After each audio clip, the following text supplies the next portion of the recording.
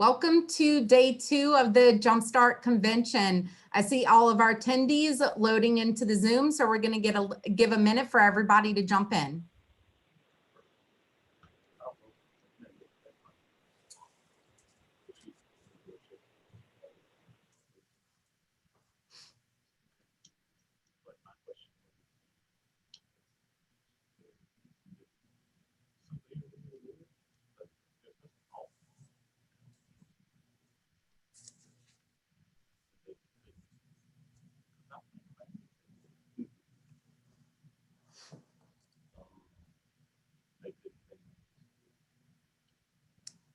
All right, excellent. It looks like our attendees jumping in has slowed down a little bit. And so I want to get started. We've got an exciting opening session today. So welcome to day 2 of the Jumpstart Convention. My name is Jessica Vallelongo. I'm the Executive Director of Quality Diplomas for the Louisiana Department of Education. And today we have a panel of distinguished leaders that will share their experiences over the last 12 months, as well as their plans for looking forward to the future of CTE education in their school systems. So first up, for the past 31 years, Dr. Daryl Hampton has served students and families in DeSoto Parish School System as an agri-science teacher, an assistant principal, a principal, and a director, a student advocate that is constantly working to remove barriers, ensuring students are safe and receiving quality training when they leave high school, ready for life after high school, the workforce, or continuing to post-secondary education. Welcome, Dr. Hampton. Next, Rhonda Matthews is a CTE supervisor of career and technical education in Ascension Parish. She has been in this position for 12 years and oversees numerous CTE programs with the goal of ensuring students are college and career ready. Prior to her supervisory role, she was a CTE teacher and coordinator of work-based learning. The success of Ascension Parish School System CTE program is evident in their constantly being ranked as one of the top school districts in Louisiana. Welcome, Rhonda. Dr. Teresa Ellender is a supervisor of STEAM for St. Landry Parish School Board. She has been an educator for 24 years, during which time she was a classroom teacher for 14 years in the areas of technology and social science. Dr. Ellender currently oversees all career and technical education programs in St. Landry Parish, among others. Dr. Ellender is passionate about equipping the next generation to be successful in high-wage, high-demand careers, no matter which diploma track they pursue. With that, welcome, panelists. So today we will cover 2 topics on this panel. The first topic is CTE responses to COVID-19. The pivot to hybrid or virtual instruction required CTE leaders and instructors to adjust a traditionally hands-on education system to a system that utilizes non-traditional techniques to ensure students acquire technical skills. Our goal in the CTE realm is to ensure that we prepare the next workforce to not only continue, but also improve upon the work of the current workforce. It is a monumental task that was complicated by a worldwide pandemic. For the first question, panelists, what challenges implemented for this school year have improved your program's efficacy, and what changes do you plan on maintaining upon widespread vaccination in our state exiting phase 3? Well, I'll go first, Jessica, and I'll just say in St. Landry, like everywhere else, we're feeling that impact. And so this is a great question. Some of the things that we've tried to do this year is go with Z-Space simulators for our students to have hands-on something hands-on materials outside when we're virtual. We started out 100% virtual district-wide. We then went into hybrid. And so those have come in very handy so that our kids can get that skill area in auto, HVAC, welding, and so forth. We also moved to as much online curriculum and testing as possible. We explored new IBC options and new courses. We kind of got outside our comfort zone and said, what's new, what's different, what would be a better fit for this new world we're in for our students and our teachers. And we started some online IBC recovery. We've started some district-wide programs that can be done online that benefit all of our schools that may not have had that opportunity before because of staffing shortages. And I would like to keep a lot of those in place once we are AC after COVID, because I do see a great benefit in our district for our students as a whole.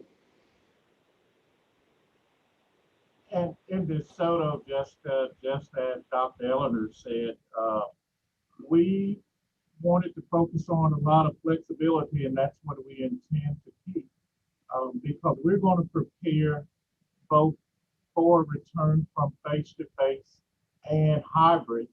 So if there are some students that may be ill or injured or suspended or in an alternative setting, there will be a seamless transition there with the online version of it. We are going to keep also those lessons with simulations, with as many engaged activities as we can, keeping the preparation. When we initially started, like everyone else probably, we're on a 90-minute block, 4x4. We had some teachers trying to fill that block with that 90 minutes of online instruction. Well, we know that that was almost impossible for those students without receiving some of that immediate feedback. So streamlining that and making sure there are other components in there and as much hands-on opportunities that we can get with possibly using some things at home. It is difficult, and we're still working through welding when it comes to demonstrating some skills, hands-on skills. We are just working on that flexibility when it's time appropriate and bringing back students to the school, specific dates, specific times, to come and demonstrate certain skills with welding, EMR, EMT, things of that nature. And I have Josh here. Josh is our coordinator of CTE. He's going to just express a few more things that we are continuing to the upcoming school year to have. We're going to hope that the stick are not only one-to-one as far as technology goes, but also with our PPE and equipment like that, especially in the shop setting. Used to, we'd have just a set of welding hoods. Now it's one set per student to minimize cross-contamination. And we're also going to continue our more purposeful summer trainings with all of our instructors. We're going to bring them in like we did this previous year, and as a group, they're going to create their scope and sequence for each class, and that way they can help each other. And then if we have a student move from one site to the other, they'll be at the same place at those sites. Excellent. Thank you to St. Landry and DeSoto for your responses for that. So the next question, IBC obtainment and the skills associated with being prepared for an IBC test are integral to not only CTE programs, but the employee pipelines in your regions.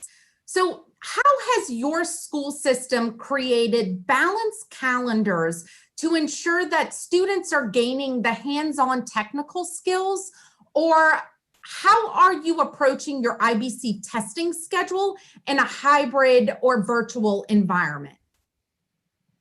I'll go first, Jessica. First of all, it has been challenging and it has been a struggle. We all know that. to manage the hands-on instruction piece as well as the IBC testing piece is challenging, especially in the middle of a pandemic. And then managing all that with the proper pathways, because we're still meeting with the chambers and the economic development people so that we send kids out in the high demand fields. What did we do? We started the fall on an AB schedule and moved into all kids coming back on campus that wanted to come back. But we also have blended learning programs with kids who learn through Edgenuity, and we have kids on a virtual program where the actual high school teachers teach them virtually. So we have a lot of kids that we need to get back into test. One of the things we managed to do was we created some schedules where teachers stayed after school, and they may have been compensated, or they worked on weekends to test kids when no one else was on campus. We also, like Dr. Ellender said, we moved to some online programs such as NCCER Connect, NHA for medical, the CITF program for carpentry, the ETA program for electrical, moved in those directions. Now, we can't get all the kids to come back. We're still trying to get them to come back. It has been a challenge. One of the successful things we did was in our Jumpstart summer program, we managed to put in an Adobe program, and we brought kids back and were extremely successful with that. If the kids had maybe one or two sections of the Adobe certification, they came back and were able to get all three and maybe an advanced credential out of it. So I feel like we're moving in the right direction. And as Dr. Ellender said too, I feel like we're learning through this, and a lot of what we have implemented with COVID, we will continue to implement because we're learning some good things throughout the district.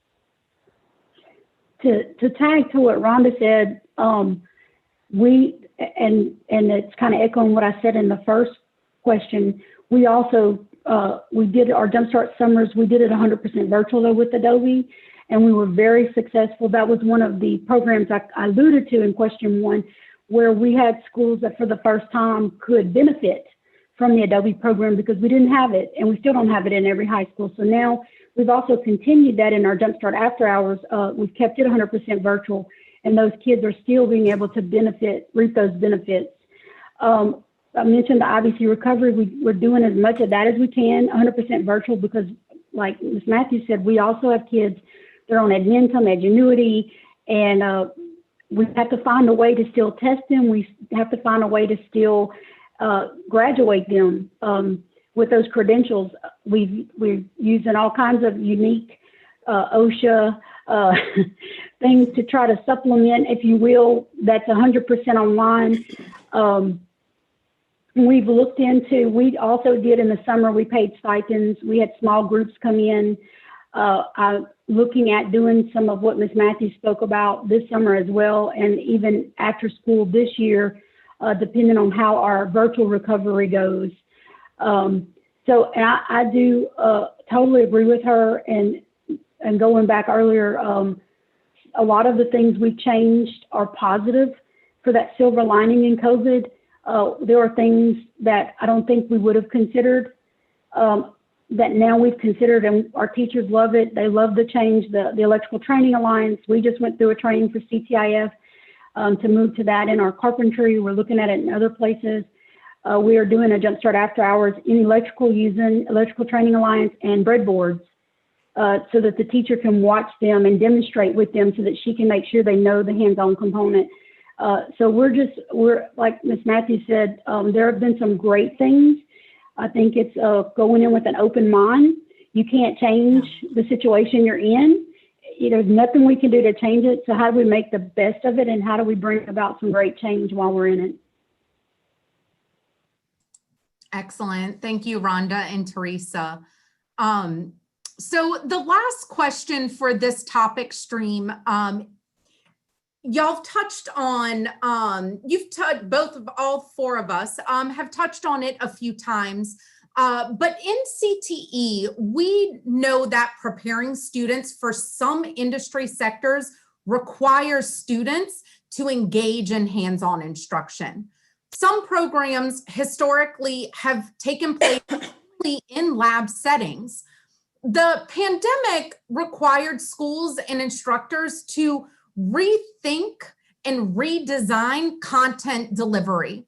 How have you created a support structure that provided your teachers with the opportunity to modify instructional practices in multiple modalities? Okay, I'll go, Jessica. I mean, we're a big district. I have over 80 CTE teachers. I'm sure we're not the biggest, but we're up there. And what we wanted to do was ensure that all of those teachers got the support that they needed, especially in this time. So this past summer, I met with teachers by their program areas. And I asked them, what is the goal? What do you need to do to get to this end game here? And so we looked at what method of instruction do we need to change. We also looked at what do we need to do to alter content in this pandemic. And then we turned to what are our essential learnings to get there. Let's focus on the essential learnings. And we ended up matching the resources with the essential learnings. And one of the things we got out of there was Screencastify was very helpful. So we purchased that for the district. And we went on to look at what licenses we need to purchase for kids that are learning virtually. For instance, in Adobe and in drafting, we had to purchase licenses because we had the licenses in the school buildings, but not on the devices that the kids took home.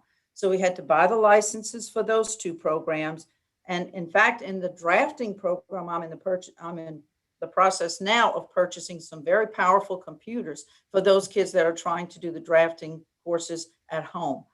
And so I feel like we've been meeting with both administrators, with teachers, and with other stakeholders in the district to try to accomplish as much as we can and help the teachers support through this pandemic. I know we've been pretty creative too, like our fax teachers have in one case provided the contents for ingredients and things for kids to work at home and actually produce the recipes that they needed them to. And in other cases in ag, we prepared carpentry kits that the kids took home and worked so that they could achieve the project accomplishments that they wanted. So, I mean, we're learning a lot through the pandemic. Those are just a few things that we have done. And I'd like to add to that. I did very similar to what Ms. Matthews has done. Buy-in is so key. Those teachers, I always tell them, you're the experts in what you do. And so to have them give you the feedback, this is what we need. These are the changes that we need to make. We immediately shifted to 2019 in Microsoft Office because they could do it on Chromebooks. And the teachers went to work immediately learning whatever differences they needed to in retesting. I have an amazing group of career and tech ed teachers in St. Landry, and I got to give them a shout out because no matter what I come in and ask them to do, they just pull up their bootstraps and they do it. And we get amazing results because I have some amazing people. And I have to give them a shout out while I'm on here. And my superintendent, I have to give him a shout out, Mr. Jenkins, because he completely supports my crazy ideas. And he supports me 100%. And I appreciate that because I couldn't do what I've done here and we couldn't have survived. A CT, I don't know, would have survived had it not been for the support of my teachers and my superintendent and my director of curriculum, Ms. Casimir, who, when I go with crazy ideas, and like Ms. Matthews said, we had to buy some expensive laptops for drafting and Adobe and Project Lead the Way Engineering. You can't just run those on Chromebooks. And those ZSpace, I went and said, I need these. We have to have a way for our kids to still learn welding and carpentry, and we don't want them getting hurt. And they came through. And then I went to my teachers and I said, what do you need?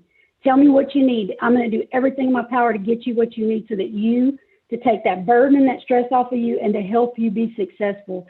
And I think that is so important for us to do that and make them a part of that conversation. I agree with that. I think it's important that we acknowledge that we have a lot of support people that help us to develop these programs and be successful. And I think this pandemic allowed our teachers also to think outside of the box because they was just as concerned about those students earning those credentials and receiving those skills. And it allowed us to just say, hey, we need you to think outside of the box and come up with those activities and other strategies that we know the students need and will require, in order to be successful. So that was another plus, and we're taking from those as we even continue throughout this school year in adding those and making sure they are part of the upcoming school year. Again, we are planning both as a simultaneously face-to-face or virtual curriculum. Well, Rhonda, Teresa, and Daryl, thank you for sharing your thoughts on the first topic, your insightful thoughts on the first topic. Our next topic, and just for the panelists, we have a little shy of we have between 10 and 15 minutes left for this last topic and last question. So the second topic is Jumpstart 2.0 transition planning. Change is not always easy, especially when change affects course and IBC sequencing that we've been using for 5+ years. Jumpstart 1.0 played a powerful role in not only incentivizing CTE programs, but also destigmatizing CTE. Jumpstart 2.0 aims to close the gap between high school and work to ensure that students are prepared to enter the workforce to continue with their education, ready to be successful in their next step. Panelists, share with the audience how you are analyzing your 1.0 course offerings in your desired 2.0 offerings to determine either a course sequence or IBC sequence transition plan. Okay, I'll go. I can go first. Oh, go ahead, Ron. Go ahead. Okay. I mean, whether you're a large or small district, you're going from many pathways to 11 pathways. So it is a transition. We have not switched just yet. Our 8th graders coming to the 9th grade will be on Jumpstart 2.0. We chose to use this year to educate everybody, and that's what we have been doing. I've been meeting with different groups, training principals so that they can go back and meet with different groups. I think the most important thing that we need to remember is that sequencing the courses that these kids take is very important, because there are fewer courses in the pathways to choose from. So it's going to be important that they get some universal courses, especially in the lower grades, so that when they go to graduate, we have the necessary courses. I think too, we got to think about how important is the IGP at this point. The individual graduation plan becomes even more important now to look at. Also, in any organization like the workforce, you have different equipment, you have different facilities, you have teachers with different skills. So it's kind of difficult to say at this school, we're going to offer the same thing as the other school. That really can't happen. So what we're doing right now is we're matching the credentials and the pathways to the schools so that we know that we can go in successfully and complete those pathways. And I completely agree with Ms. Matthews. We also did not use this year to make the transition for a couple of reasons. We wanted, especially with 9Ts, we wanted everybody to be on the same page so that we're not having any confusion. I just actually completed one-pagers for our district on each of the pathways that we will offer here. I try to make it as convenient for them as possible and then get their feedback and, pull out just the courses that we offer and also share that with the middle school so that we can try and make sure we're starting them as young as possible. So what will happen now is I'll start meeting with the schools to discuss what changes do we need to make, what course sequencing do we need to have, how do we start running 2 different jump starts at the same time as we move kids out but keep kids in and we don't get confused. So maybe like start looking at the courses on the new jump start and putting all the kids in those and getting rid of some of the ones we've already had that we can, where we can make that bring those 2 together. And but I do completely agree that IGP is going to be very critical this year. I'm glad that we have Quest in 8th grade because I think that's going to help take a load off of a lot of people by having that. I also like I said, I do the one-pagers. I start meeting with administrators and counselors, and we try to walk through that. The other thing that we're gearing up to do, I've asked principals to start having their teachers turn in resumes. You know, what do they do? Can they be cross-trained, or are they willing to be cross-trained? It's going back to, there's a whole, it's totally different, as Rhonda just pointed out. There's fewer courses. There are some really great things that are different and some scary things that are different. The IBCs, some of the IBCs that we've been accustomed to are not there anymore. For some that's good, for some that's not. And so we're going to start looking at what can we do to cross-train our personnel. And again, I'll be going back to my teachers and asking them to do some new things. And I feel, as always, they're up to the challenge. I agree about the following the sequence of the course, but also we're having to stress the importance that the students earn the credentials while they're in those courses so they don't get out of sequence and mess it up. We're fortunate enough that the pathways and the IBCs that we offer now will roll in 2.0. But also with 2.0 comes new opportunities. We have local businesses, our water department is interested in going in that route, and we have some teachers who are already certified in that area who are interested in going there. So what we're doing is just looking forward to new things that we can offer once we get our career academy open, and just have that flow from their home school to the career center. Excellent. Thank you so much, Rhonda, Teresa, and Daryl. It has been a genuine honor to host a panel with you three on it. So I want to thank you for participating in this panel and providing the Jumpstart Convention audience with your expertise in the work that you've done in your school systems. I feel like everyone will walk away from this session having learned something from the work that you're doing in your school system. So thank you very much. All right, excellent. So that will conclude our Jumpstart Convention Day 2 opening panel. So before we move into our first breakout session, just like yesterday, I would like to review logistics for the day. So prior to the convention, each of you had the opportunity to register for breakout sessions. And upon registering, you received a Zoom link for each of your chosen sessions. So throughout today, you will access those links to attend your sessions at the scheduled time of the session. If you did not register for a breakout session, you can still stream a select group of sessions on the LDOE YouTube page. So with that, I'd like to give one last thanks to our panelists for participating in today. And at this time, you will access breakout session Day 2, Session 1. Have a great convention today.